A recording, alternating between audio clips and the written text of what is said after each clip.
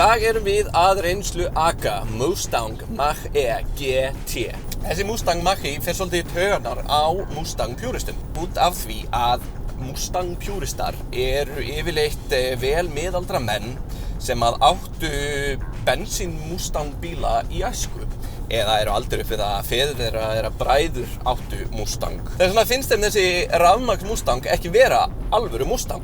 Og mögulega hafa þeir eitthvað til síns máls. Ég held að við höfum ekki að hugsa þennan Mustang Mach-E GT sem framhald af Mustang hefðinni. Ég held að við erum átt okkur á því að rafmagns Mustanginn og bensín Mustanginn eru ekki svipaðir bílar. Þetta eru mjög fjarskyldir frændur.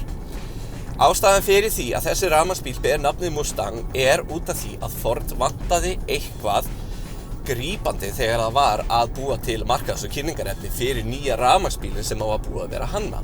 Þetta Ford-merki hérna, þetta er eina Ford-merkið á öllum bílnum. Annars er hann bara merktur Mustang, Mustang Mach-E GT, Mustang Mach-E GT. Það kannski sýnir hvað Ford var að hugsa þegar þeir voru að markaðssetja þennan bíl. Vel spilað Ford.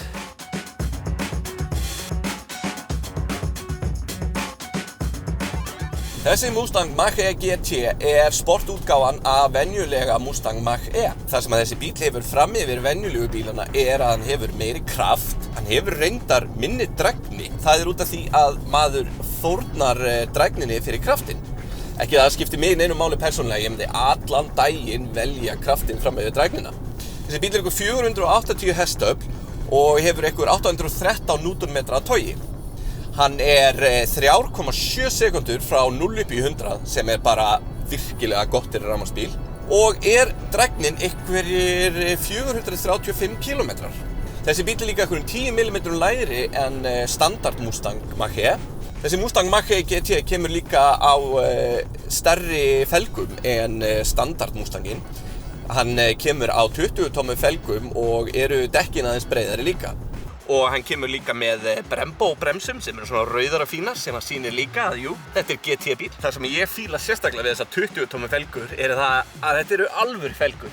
Þetta er ekki svona pottlok til að maximæsa hversu gott loftflæði er yfir bílinn og svoleiðis. Þetta eru bara felgur fyrir look. Þetta er töff, þetta er svona multi-spoke dæmi. Þetta er eitthvað sem að mín kynslóð kann að meta.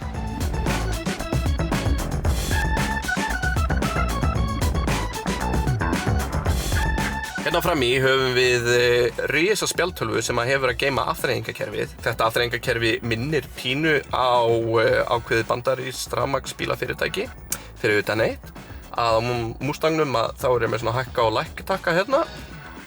Og líka ef að þú ætlar að hækka eða lækka hitann, þá getur þú notað hann í það. Í þessu GT-módeli þá erum við með 3 mismunandi ökumannsstillingar eða driving modes. Við erum með Whisper, Active og Untame. Þetta er ótamið hross, ergo nafnið Mustang. Mustang þýðir á engilsaxnesku að hrossið er ótamið og villt. Svo hérna í mælaborðinu erum við svona lítinn skjá, það sem alltaf helsta er sýnilegt eins og hraðinn og drægnin.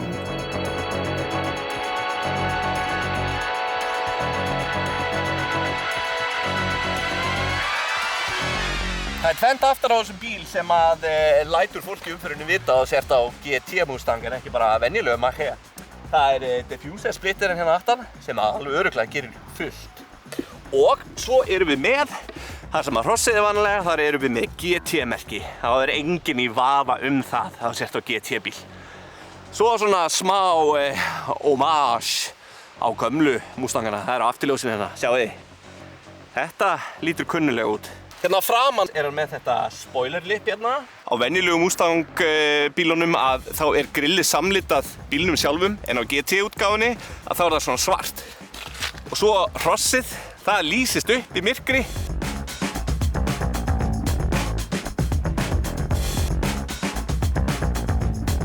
Jújú, hann er flottur með þetta spoilerlip og diffuserinn aftan og svoleiðis. En ég hefði kannski viljað hafa eitthvað smá meira sem að æpir á aðra í umferðinni. Hér er ég og ég er á Mach-E GT.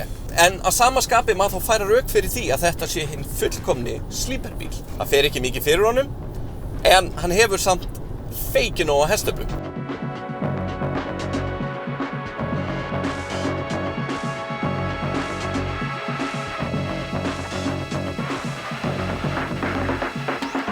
Hönnunin og ökumannsklefanum inni líka mjög góð.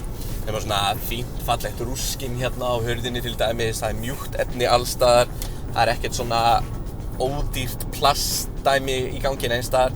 Hérna á mælaborðinu svona efni sem minnir á einhvers konar buxur eða gallabuxur. Fyrir svona sound- og hljóðnörda þá það alveg krúsjál að hafa svona Bang & Olufsen. Elska það að þessar premium Ford módel eins og Bronco koma sem standard með þessi Bang & Olufsen kerfi. Það öðruvísi sæti hérna fram í GT-bílnum eða við venjulega Mustang Mach-E. Þessi sæti eru hönnuð með það í huga að þú getur keyrt á kappakstursbrautum og þetta hérna heldur þér, skorðar þér betur í sætinu svo þú sért ekki að kastast til og frá.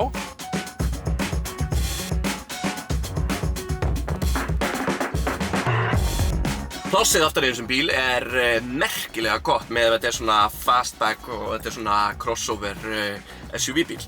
Það alveg urmullinn allur á plássi hérna upp í þak. En líka hérna frá hné framan í framsætin, það bara endalaust pláss hérna. Og aftur eins og með þessa bíla sem eru með panoramaþökin.